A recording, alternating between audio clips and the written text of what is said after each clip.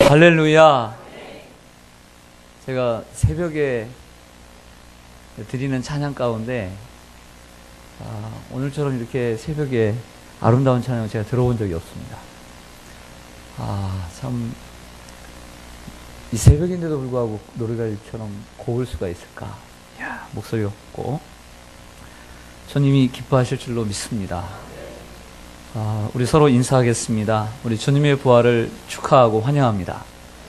주님의 부활을 축하하고 환영합니다. 이 부활절 아침에 주님을 만나기 위해 부활의 주님을 또 맞이하기에 올라오신 우리 성도들에게 부활의 능력과 부활의 소망과 부활의 기쁨이 넘쳐나기를 주님의 이름으로 간절히 축원합니다.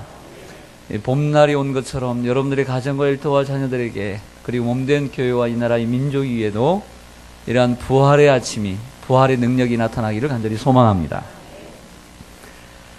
가장 사랑하는 사람이 여러분들의 곁을 떠난 적이 있나요? 가장 사랑하는 사람들이 여러분들의 곁을 떠났을 때 그 마음은 이루 헤아릴 수 없었을 것입니다. 그 사람 없이 어떻게 인생을 살아가야 할지 어떻게 살아가기는 하겠지만 그 사람 없는 인생은 물 없는 오아시스처럼 삭막하고 외로울 것만 같습니다.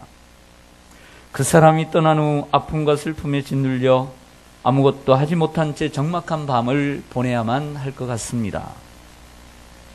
마찬가지로 예수님께서 십자가에 못 박혀 돌아가시자 그 예수님을 사랑하고 누구보다 진심으로 따르고 그리고 가슴 아파했던 여인들이 그 밤을 그리고 그 잠을 자지 못하고 밤을 지새우면서 이 새벽에 예수님 앞에 달려가고 있습니다. 엊그저께 예수님께서 십자가에 못 박혀 돌아가신 후 그들은 음식이 눈물이 되었고 그 눈물을 짓누르며 그 울음 속에 자신의 아픔을 토해냈을 것입니다. 그들은 예수님을 늘 가까이 모셨고 예수님을 하나님의 아들로서 진정 사랑했기에 그 누구보다 그들의 아픔은 컸으며 그들의 슬픔은 진하고 그리움은 애달팠습니다. 그렇게 사흘이라는 기간이 지난 후 이 안식 후 첫날 새벽에 막달라 마리아와 다른 마리아, 요한복음에 보면 살로메라고 하는 여인까지 예수님의 몸에 향품을 바르고자 이른 새벽에 무덤을 찾았습니다. 그러나 그들은 곧 부활하신 예수님을 만나게 되었습니다. 부활하신 예수님은 그들의 눈물을 닦아주었습니다. 그들의 슬픔을 위로해 주었습니다. 그들의 아픔과 그들의 괴로움을 씻어 주었습니다. 그들의 염려와 그들의 그 근심을 해결해 주셨습니다. 이것이 부활절 새벽에 일어난 사건이요 역사였습니다. 할렐루야. 예수님은 부활하셨고 그 부활하신 예수님으로 모든 슬픔이 사라지고 근심이 사라지고 그리고 외로움과 괴로움이 씻어지는 날이 되었습니다. 무릇 시온에서 슬퍼하는 자를 우리 주님께서 화관을 줘 그 죄를 대신하며 기쁨의 기름으로 그 근심을 슬픔을 대신하시고 찬송의 옷으로 그 근심을 대신하십니다. 오늘 시온에 오르신 여러분들, 주님께서 여러분들의 슬픔을 그리고 여러분들의 아픔을 여러분들의 근심을 여러분의 찬송과 기도로 그리고 기쁨으로 바꿔주실 줄로 믿습니다.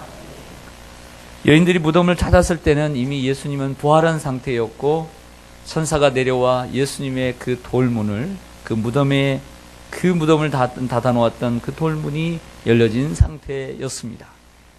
돌이 굴러갔습니다. 돌이 굴러갔다는 것은 대단히 중요한 의미가 있습니다. 돌이 굴러갔다. 무덤에 돌이 굴러갔다는 것은 예수님께서 부활하셨다는 사실을 증언해 줍니다. 또한 무덤에 돌이 굴러갔다는 것은 죽음의 문제를 이기고 그리고 예수님께서 다시 사셨다는 것을 우리들에게 확실히 보여주는 증거입니다. 예수님은 무덤의 문을 활짝 열어주셨고 하나님과 우리 사이에 막혔던 문을 열어주신 것입니다. 단순한 무덤에 돌이 굴러간 것이 아니라 하나님과 우리 사이에 죄로 막혔던 문이 열린 것입니다. 그래서 볼지어다 내가 문 밖에 서서 두드리노니 누구든지 나의 음성을 듣고 문을 열면 내가 그에게로 들어가 먹고 그는 나로 더불어 먹고 살게 되는 영광을 얻게 된 줄로 믿습니다. 그 돌은 굴러가고 새날이 밝았습니다. 그 돌이 굴러감으로 하늘의 능력은 임하여 그 어두운 새벽을 비췄고 생명의 아침을 선물로 우리에게 주셨습니다. 그렇습니다. 부활의 아침 무덤의 돌만 굴러간 것이 아닙니다. 그 무덤의 돌이 굴러감과 동시에 우리의 죄악이 굴러갔습니다. 우리에게 찾아올 무덤 그 죽음이 물러갔습니다. 수치도 굴러갔습니다. 죄로 말미암아 우리가 그 죄 가운데 그 우리가 짊어져야 했던 근심도 굴러갔습니다. 부끄러움도 굴러갔습니다. 눈물도 굴러갔습니다. 아픔도 굴러갔습니다. 질병도 굴러갔습니다.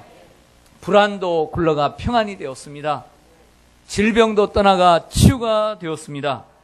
아픔도 굴러갔습니다. 저주도 떠나가고 굴러갔습니다. 다시는 돌아오지 않습니다. 그 무덤의 돌과 함께 이 모든 것들을 굴러가게 하신 줄로 믿습니다. 죽음을 걷던 인류에게 주님은 생명의 문을 활짝 열어주신 줄로 믿습니다. 예수님이 다시 사셨을 뿐만 아니라 그 무덤에 돌만 굴러간 것이 아니라 문만 열어진 것이 아니라 우리에게 새로운 생명의 문이 열린 사건인 줄로 믿습니다. 이혜인이라고 하는 시인은 그 부활의 아침의 감격을 이렇게 노래합니다. 당신의 부활로 해맑게 트인 영광의 새벽, 내 부끄러운 길을 빛부신 사랑으로 씻어주신 님, 이제는 결코 놓치지 않으렵니다. 내 목숨 길이 당신 보며 살으리니 유일한 나의 삶은 사랑하는 것, 죽는 것, 주여 오십시오. 열어주십시오. 주님은 그 돌문으로 그리고 죽음의 문을 열어주심으로 우리에게 새로운 부활의 문을 열어주시고 생명의 길을 열어주신 줄로 믿습니다. 그러므로 예수님께서 길이요 진리요 생명이시고 부활이요 생명인 줄로 믿습니다. 우리는 원래 본래 에베소 2장 1절의 말처럼 허물과 죄로 죽었던 영혼들입니다. 병원에 가면 상태를 봐서 이 사람은 살 사람과 죽을 사람을 분간합니다. 우리는 살 가망이 없었던 죽은 사람들이었습니다. 죄로 말미암아 죽었던 우리들은 절대 절망과 절대 죽음 속에 영원히 갇혀 있어야만 하는 존재였습니다. 그러나 예수님이 부활하심으로 우리에게는 산 소망이 열렸습니다. 희망이 생긴 줄로 믿습니다. 주님께서 십자가에 죽으심으로 우리의 죄의 문제를 해결해 주셨고 예수님께서 다시 부활하심으로 죽음의 문제를 해결해 주신 줄로 믿습니다. 예수님은 부활이요 생명이십니다. 예수님을 믿는 자는 죽어도 살고 무릇 살아서 믿는 자는 영원히 죽지 않습니다. 할렐루야. 그러므로 그 믿음을 가지고 살아가는 우리가 되기를 원합니다. 살 때도 믿음으로 살고 죽어도 믿음으로 사는 우리가 되기를 간절히 소망합니다. 예수님께서 부활하셨습니다. 이 여인들이 예수님의 몸에 향품을 바르고 올라갔을 때에 예수님이 예수님이 다시 사심으로 그들의 슬픔이 사라지고 근심이 사라졌습니다. 예수님의 그 무덤 문에 있던 돌이 굴러갔습니다. 그 굴러간 것은 우리의 수치와 우리의 저주와 우리의 근심과 우리의 아픔이 굴러갔다는 것입니다. 죽음의 문이 열렸다는 것입니다. 그런데 그뿐만 아니라 그 빈 무덤을 확인한 그들이 가만히 있을 수가 없었습니다. 그 빈 무덤을 발견했던 그들은 가만히 있을 수가 없어 때로는 두려운 마음으로 혹이라도 누가 가져가셨나? 누가 시체를 가져간 것일까? 아니면 어떤 문제가 있었을 것일까? 아니면 정말 예수님 부활하셨다는 것일까? 예수님 부활하신다고는 하셨는데 다시 오신다고는 하셨는데 정말 그런 것일까? 하는 두려움 속에 사로잡혀 있었을 것입니다. 그래서 그 두려움 속에 가만히 있을 수가 없었습니다.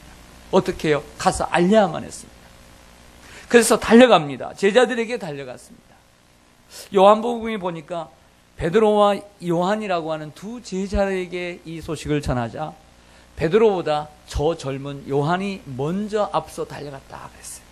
그리고 그 제자들도 예수님을 만나게 되었습니다. 가만히 있을 수가 없었던 것입니다. 자기들만 알고 있을 수 없었습니다. 달려가다가 예수님을 만났습니다. 예수님 같았습니다. 라보니요, 당신이십니까? 그랬더니 샬롬 평안할지어다 나다 라고 말씀하셨습니다. 그리고 예수님의 발을 붙잡고 경배합니다.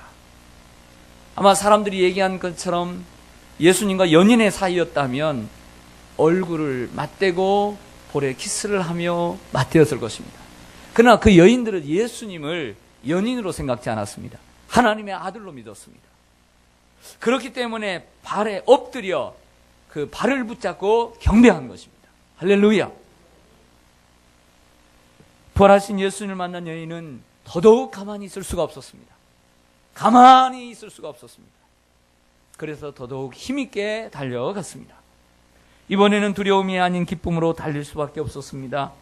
그 예수님의 부활을 외칠 수밖에 없었던 것입니다. 예수님의 부활을 경험한 사람들은 모두 주님의 증인이 됩니다. 그리고 예수님을 만났던 사람들은 모두 다 부활의 주인이 되었습니다. 혼자서만 주님의 부활을 경험할 수 없었고 가족과 이웃들에게, 아는 사람들에게 예수님의 부활을 외치고 전할 수밖에 없었던 것입니다. 할렐루야. 이 부활의 아침, 그리고 이 부활의 날, 우리가 해야 할 것은 이 부활의 주님을 외치는 것입니다. 가만히 혼자서만 부활의 주님을 맞이할 것이 아니라 온 가족이, 그리고 온 이웃이 주님을 함께 부활의 주님을 만날 수 있도록 외쳐야 될 줄로 믿습니다. 그 북이스라엘의 시대에 열왕기 하를 보면, 7장을 보면 이런 얘기가 있습니다. 여러분 잘 아시는 얘기 가운데 하나인데, 엘리야의 제자 엘리사의 사역의 시대인데, 이 북이스라엘의 사마리아라고 하는 성이 아람이라고 하는 시리아 군대가 쳐들어와서 몇 날 며칠, 아니 몇 달을 그 성을 포위를 했습니다. 쳐들어가지는 못하고 그렇게 둘러싸므로써 모든 것을 차단했습니다. 그래서 먹을 것이 없도록, 배고파서 질려서 죽도록 만들었습니다. 시간이 지나자 먹을 것이 줄어들었습니다. 시간이 지나자 이제 말을 잡아 먹게 되었고, 그리고 어떤 사람은 자식을 잡아 먹게 되었습니다. 이러한 때의 성문에서 4명의 나병 환자가 초점이 맞춰집니다.